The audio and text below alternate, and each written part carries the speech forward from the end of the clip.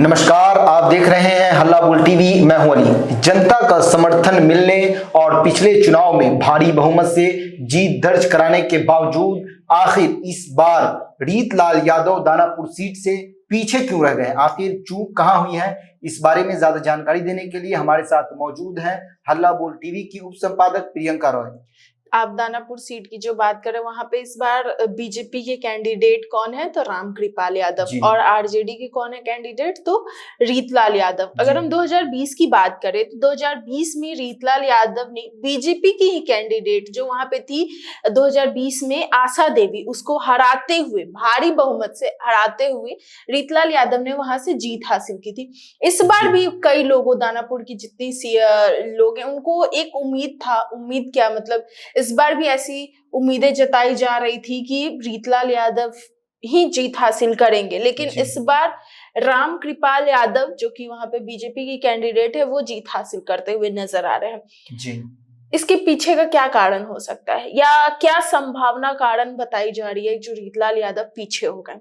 तो देखिए, इसके पीछे का कारण जो मीडिया रिपोर्ट्स के अनुसार बताया जा रहा है कि कानूनी आरोप जो रीतलाल यादव के ऊपर है। रीतलाल यादव कई संगीन मामलों में आरोपी है, वो अभी भी जेल में है।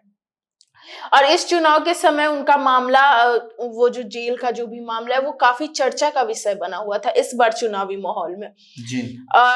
रीतलाल यादव 2020 में तो जीत हासिल किए थे, और इस बार जो चुनावी नतीजा, जो सुबह से लेके जो रुझाने आ रही है, जिसमें एनडीए जीत हासिल की है जी, तो इस बार का जो वो पूरा माहौल देखने से यही लग रहा है कि जनता विकास को लेकर वोट दे रही है।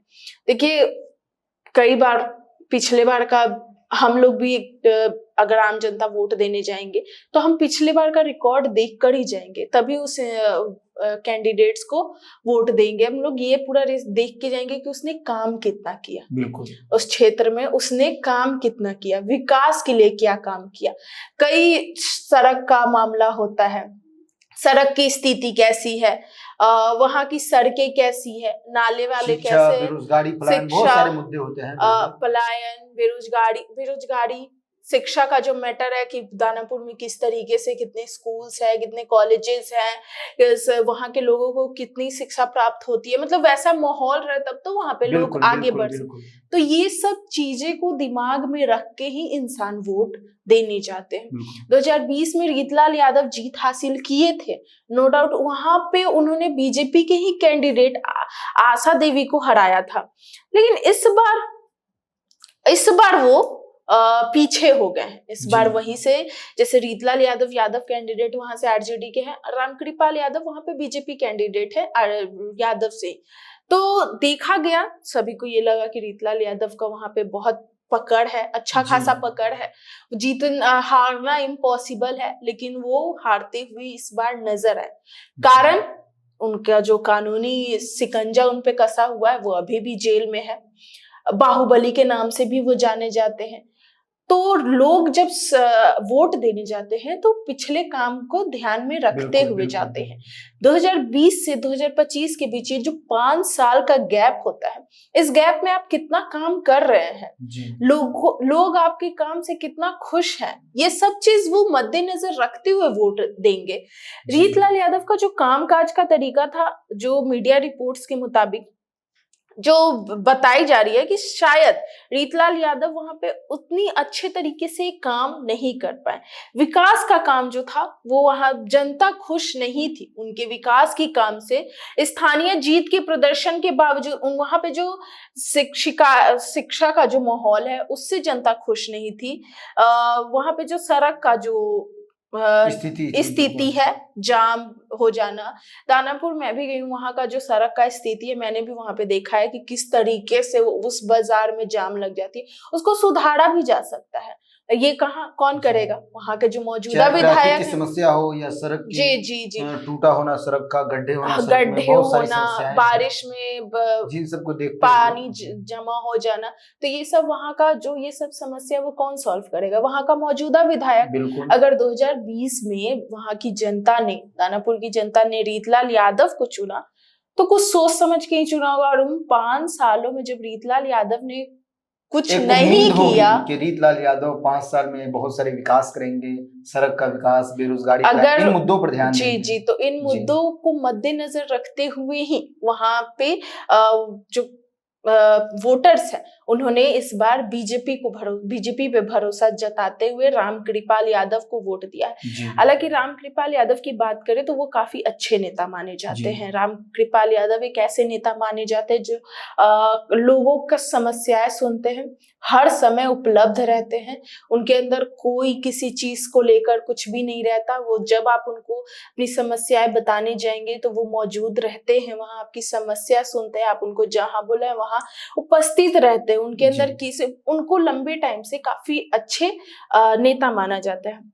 अगर हम जन स्वराज की बात करें तो वहां से जन स्वराज के भी एक कैंडिडेट दानापुर विधानसभा सीट से उतरे थे, जिसपे जो वो नामांकन भी नहीं कर पाए। क्यों नहीं कर पाए? क्योंकि गृह मंत्री अमित शाह, धर्मेंद्र प्रधान, इन लोगों ने मिलकर उनको नामांकन तक करने नहीं दिया। उन लोगों ने क्या, यानी उन लोगों ने दबाव बनाया इन पर। दबाव बनाया। बहुत सारी ऐसी उस समय खबर आ रही थी कि उन लोगों ने दबाव बनाया। उनके जो बेटे या उनके जो परिजन, फैमिली मेंबर जी बाहर में हैं, उनको लेकर धमकियां देना शुरू कर दिया। किसने किया? बीजेपी के बहुत बड़े नेता अमित शाह ने किया, धर्मेंद्र प्रधान ने किया।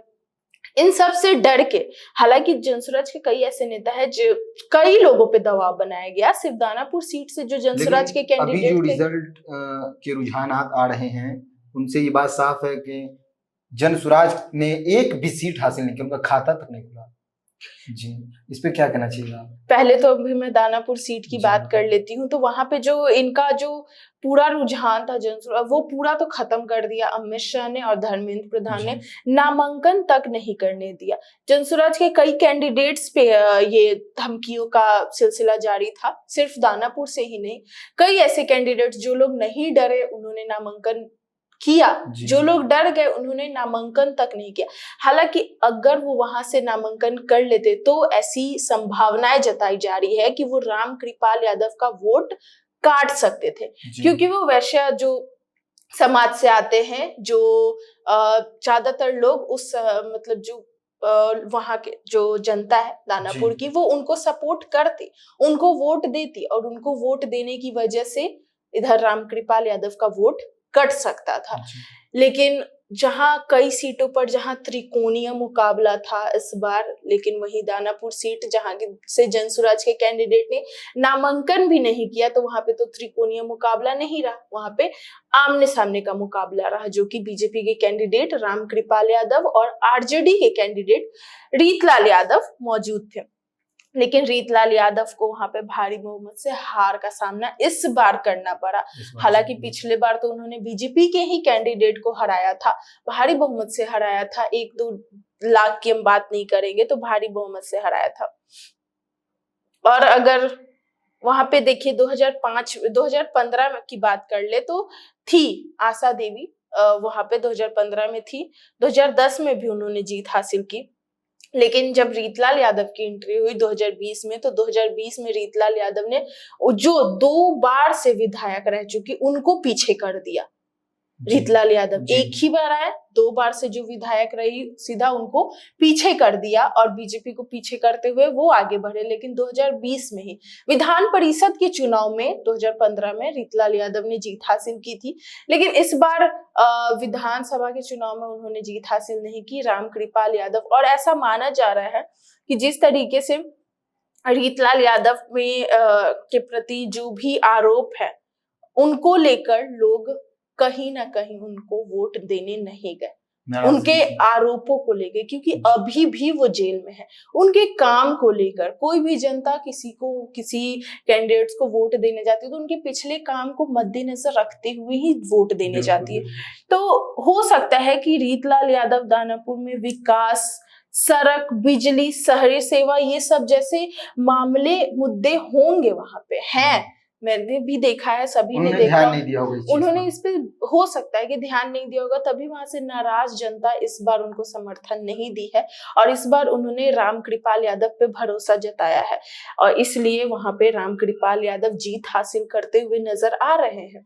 रीतलाल यादव पीछे हो गए हैं, हालांकि वो अभी भागलपुर जेल में मौजूद हैं, जेल में हैं और उनपे कई कानूनी आरोप भी लगे हैं। जी।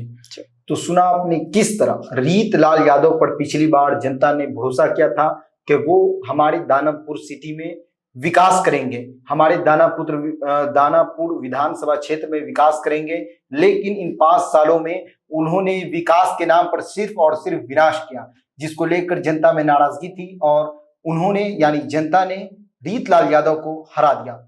इस पूरे मामले को लेकर आपकी क्या राय है? मेरी राय कमेंट्स बॉक्स में जरूर दें। तो फिलहाल इस पेशकश में इतना ही। आए की खबरों के लिए बने रहे हल्ला बोल टीवी के साथ। धन्यवाद।